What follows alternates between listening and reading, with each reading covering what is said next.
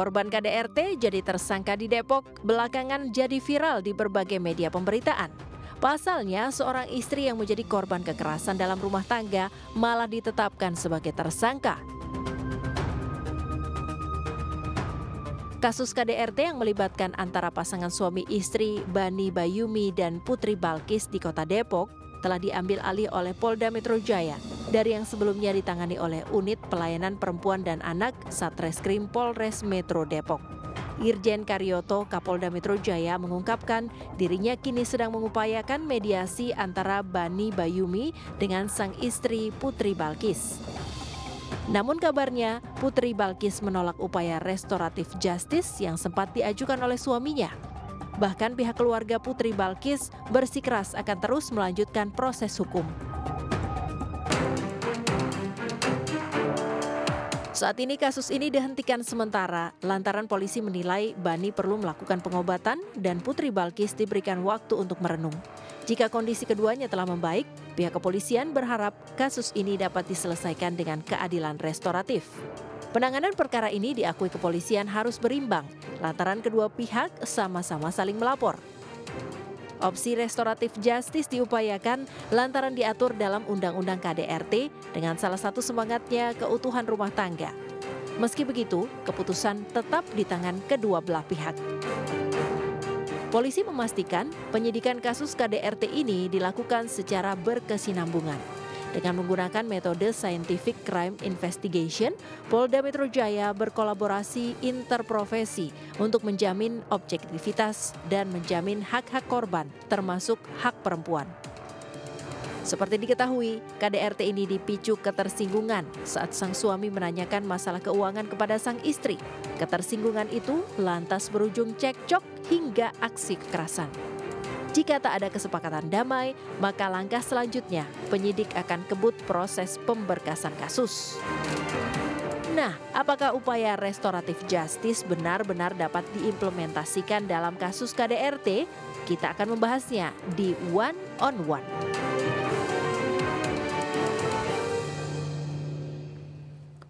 Pemirsa, Anda masih bersama kami dalam One on One dan masih bersama saya, narasumber saya malam hari ini membahas terkait dengan apa yang harus atau yang bisa kita lakukan untuk memutus mata rantai kasus kekerasan dalam rumah tangga yang terjadi di tanah air atau Indonesia. Mbak Mariana, kita kembali lanjutkan. Saya penasaran terutama terkait dengan data yang dimiliki oleh Komnas Perempuan sampai dengan terakhir mungkin 2022-2021 ya, soal kasus kekerasan dalam rumah tangga yang ada di Indonesia. Grafiknya seperti apa, Mbak? Kalau setiap tahun itu kita menamakannya kekerasan terhadap istri KTI. Yang masuk dalam lingkup KDRT itu selalu tiap tahun paling banyak istri yang kena laporannya, dan juga karena ada laporan dari Badilak yang menunjukkan bahwa perceraian terjadi karena istri mengalami kekerasan. Jadi penyelesaiannya adalah bercerai gitu. Tiap tahun seperti itu dan angkanya semakin naik karena kita juga didukung oleh data Badilak ya, bahwa ada juga di data Badilak itu yang kita kompilasi kategori kekerasan dalam rumah tangga, kategori kekerasan fisik, psikis, kekerasan perceraian akibat judi dan perselingkuhan misalnya gitu. Itu ada semua di dalam perceraian gitu. Keterangan itulah yang membuat kita bilang bahwa perempuan ini mengalami kekerasan dalam rumah tangga. Tiap tahun itu tinggi, paling tinggi. Setelah itu baru kekerasan dalam pacaran, kekerasan seksual, kekerasan psikis dan lain sebagainya. Di luar dari perkawinan seperti itu ya? Iya. Nah, menurut Anda, kenapa lebih banyak terjadi pada istri? Ya karena dunia pernikahan ini kan bukan dunia yang setara ya. Sebetulnya ideal ya dinyatakan bahwa suami itu adalah pemimpin keluarga. Supaya apa? Namanya pemimpin itu kan harus menjamin anggota keluarganya bahagia dan sejahtera. Ya kan pemimpin begitu kan? Jadi sebetulnya kalau perempuan menikah itu masuk ke dalam surga. Keluarga yang Jadi mawaddah warohmah ya. Mawaddah warohmah itu loh, samawa ya. Samawa. Tapi kan tugasnya berat sekali sebagai suami ya. Nah, sementara istri kan sebagai pihak yang mensupport, mendukung suami supaya keluarga ini bisa berjalan dengan baik. Tapi kenyataannya malah tentang kekuasaan jadinya. Diterjemahkan pernikahan itu adalah kekuasaan laki-laki di dalam rumah tangga. Jadi seperti wakil Tuhan begitu loh. Akibatnya ada kekerasan. Dimanapun itu kalau ada hubungan antara kekuasaan dengan yang tidak berkuasa atau yang lemah, relasi kuasa pasti ada kekerasan. Nggak mungkin nggak ada. Pasti ada dominasi dan juga sewenang-wenang. Kecuali kalau salah satu yang diberikan kekuasaan ini orang yang punya pengalaman yang matang dan bijak gitu. Tapi kan bagaimana kita menjamin bahwa seseorang itu bijaksana dalam perkawinan kan gitu. Pakai perjanjian pranikah, kalau sampai terjadi kekerasan terhadap saya baik psikis maupun fisik begitu, saya akan minta ganti rugi begitu ya. Perjanjian pranikah itu kalau misalnya di tapi sinetron sering nggak tega juga kan. Iya juga ya, lagi-lagi karena kita bicara rasa begitu bicara ya Mbak Mariana, rasa ya. iya. Oke.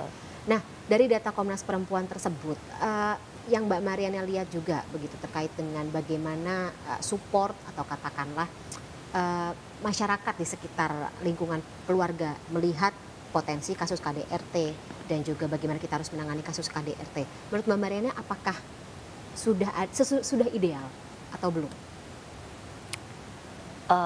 Belum ya, karena begini, karena masyarakat kita itu masih begini, itu bukan urusan kita, nggak enak. Tapi kalau udah dengar gedebak-gedebuk di tetangga dan teriakan-teriakan yang mengerikan, itu nggak bisa lagi kita bilang jangan, itu bukan urusan kita, itu nggak bisa. Karena berarti kita ikut bersalah membiarkan seseorang menjadi korban.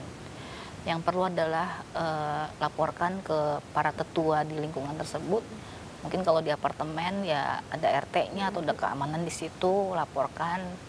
Kalau di lingkungan biasa ya ke Pak RT, ke security, ke orang-orang yang yang dihormati lah di lingkungan itu, gitu. Atau kalau memang sudah mengerikan sekali itu lapor polisi.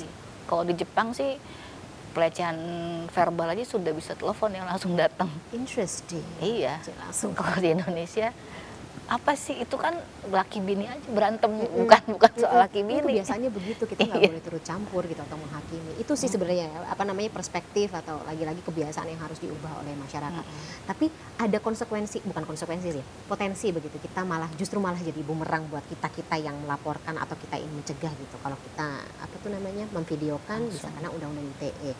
Atau kalau kita mau melerai terus kemudian kita kena gebuk, kita pengen balas, kita kena kasus kekerasan seperti itu. Gimana caranya supaya kita tetap sebagai orang nih tidak jadi bystander saja, Mbak Mariana, kita harus tetap ikut serta dalam memutus mata rantai KDRT. Iya.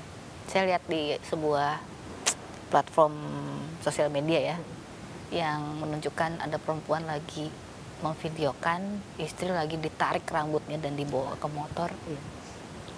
Dan si perempuan ini bilang, bapak-bapak tolongin, itu istrinya mau dibunuh, tolong. Jadi bagus perempuan ini karena dia melibatkan orang lain yang lebih punya power, yaitu bapak-bapak, untuk menangani si bapak yang sedang menganiaya istrinya di tempat publik. Dan dia tidak harus menunjuk namanya, tidak harus menunjuk, bahkan dalam video itu dia tidak menunjukkan plat motornya atau bahkan wajah orangnya. Dan dia cuma meneriakkan, bapak-bapak tolongin itu, kalau nggak nanti istrinya mati loh. Akhirnya kan semua orang yang kuat-kuat itu datang dan melerai kan, dan memastikan si istri ini aman. Dan istrinya kan dibawa sama temennya kan, ke tempat kerjanya dia itu. Diamankan gitu. Jadi tidak perlu menunjukkan identitas dari si pelaku terlebih dahulu lewat video yang akan diviralkan ini, dan meminta tolong kepada orang-orang yang dihormati atau katakanlah yang lebih kuat, untuk bisa melerainya gitu, sehingga kasus kekerasan yang dilakukan oleh berhenti di luar perkawinan itu juga bisa dihindari begitu. Nah, kalau misalnya orang terdekat kita, Mbak Mariana, bagaimana? Apalagi yang terdekat ya, ya orang tua dulu. Kalau kita anak nih, orang tua dulu. Bapak, ibu, itu kakak digebukin suaminya. Kan bisa ada secara kekeluargaan dipanggil kan. Bahkan kalau ada suami mau nikah lagi itu kadang-kadang orang tua kan sedih ya.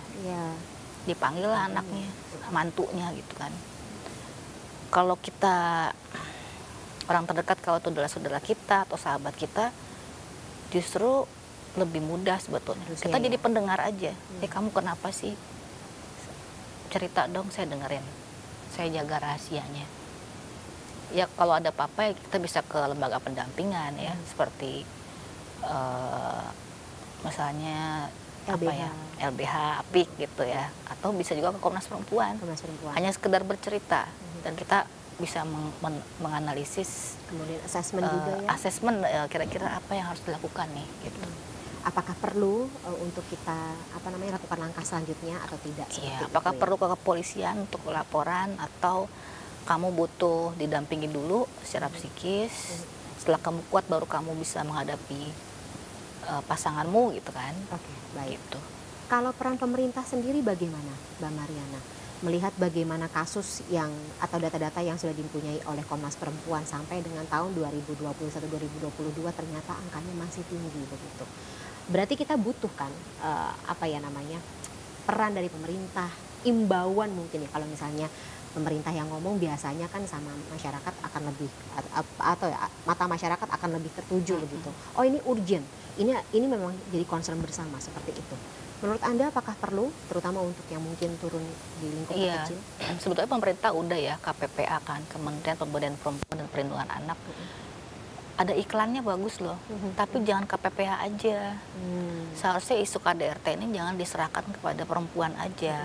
Jangan diserahkan pada Komnas Perempuan dan Kementerian Perempuan. Perempuan aja yang gerak emang ini soal ya. Keluarga gitu. Ada anak-anak di situ, ada suami istri di situ. Jadi kalau mau bikin campaign, semua pihak lah, Kominfo, Polri, daripada Polri capek dong ngurusin kasus KDRT, apalagi kalau viral kan capek ngurus. Jadi campaign, jadi pencegahannya diprioritaskan. Jadi sebelum ada kejadian orang sudah tahu. Tadi yang kita bicarakan tadi ya, harus konseling, harus apa segala macam. Sebelum menikah kita harus tahu apa yang harus dilakukan, apa itu KDRT gitu.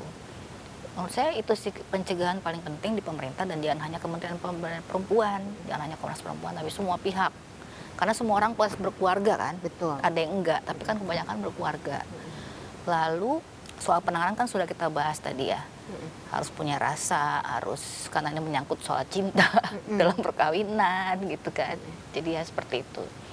Lalu pendampingannya kan juga sudah ada lembaga-lembaga pendampingan di pemerintah, seperti UPPA ya kan, di bawah Kementerian Pemberdayaan Perempuan, juga ada di bawah Polri, tapi kan nggak cukup, nggak cukup tenaganya, pasti tidak cukup. Apalagi kalau sekarang lagi tren ya, tren istri melapor, apalagi dilakukan oleh artis ataupun pejabat publik gitu kan. Ada contoh juga di sini yang bisa kita lihat di layar kaca. Oh, terutama berarti mungkin juga harus lebih banyak lagi peran dari awak media, dari pers media pastinya. Dan jangan hanya jurnalis perempuan saja, tapi juga jurnalis laki-laki juga harus concern terhadap isu ini untuk sama-sama lagi-lagi ya, supaya kita bisa memutus mata rantai kasus kekerasan dalam rumah tangga. Iya, betul. Baik, mungkin terakhir Mbak Mariana, concern terbesar dari Komnas Perempuan sendiri apa? Apa yang ingin Komnas Perempuan capai gitu? Tidak hanya berangkat dari kasus kekerasan Pak Sutri ini yang sekarang keduanya juga masih lagi berjalan, tetapi yang suka miss, karena ini kan fenomena gunung es ya, yang suka dan banyak nggak ketahuan begitu, terutama di daerah-daerah. Bagaimana? Capai, ada loh tradisi yang membolehkan suami memukul istri, ada. Di Indonesia Timur itu kasus KDRT tinggi sekali. Itu karena tradisinya membolehkan laki-laki melakukan itu. Gitu. Itu gimana? Jadi ya kita bukannya mengkritik budaya tertentu, tapi tentunya itu pasti dari manusianya kan. Jadi ya pencegahan tadi harus terjadi dari tokoh agama kan. Kalau di Indonesia tokoh adat juga ya, tokoh adat sekarang. Indonesia Timur tuh paling banyak tokoh adat perempuan yang bicara. Orang-orang pendeta-pendeta perempuan ya, itu yang paling banyak bicara kan mereka gitu. Jadi kita harus mensupport orang-orang ini untuk terus menjalankan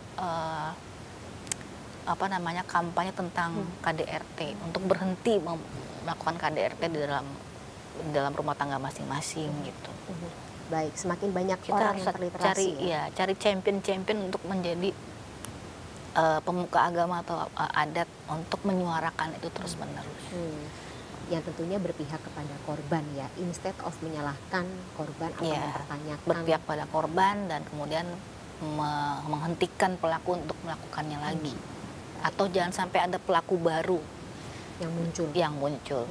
Karena melihat selama ini hukum tampaknya tidak terlalu memberikan efek jera begitu atau sanksi yang berat terhadap pelaku, tidak ada dampak lanjutannya ternyata. Itu karena yang dianggap bisa jadi melahirkan pelaku-pelaku baru. Iya, karena dianggap itu urusan pribadi.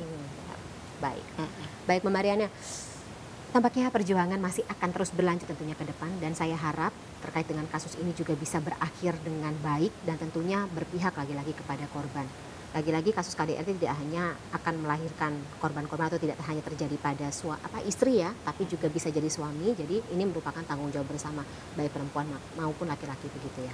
Mbak Mariana, sebelumnya saya mengucapkan terima kasih sekali atas waktunya, atas insight-nya. Terima kasih sekali. Ini dialog yang sangat bergizi kalau konsep atau istilah yang dipakai oleh para jurnalis. Terima kasih sekali lagi. Saya harap kita masih dapat kesempatan untuk berdialog lagi di lain kesempatan. Sehat selalu Mbak Mariana. Sehat-sehat juga. Malam. Dan demikian pemirsa dialog dalam program atau episode program One on One kali ini. Saya Fani Imania. Terima kasih. Sampai jumpa. Selamat malam.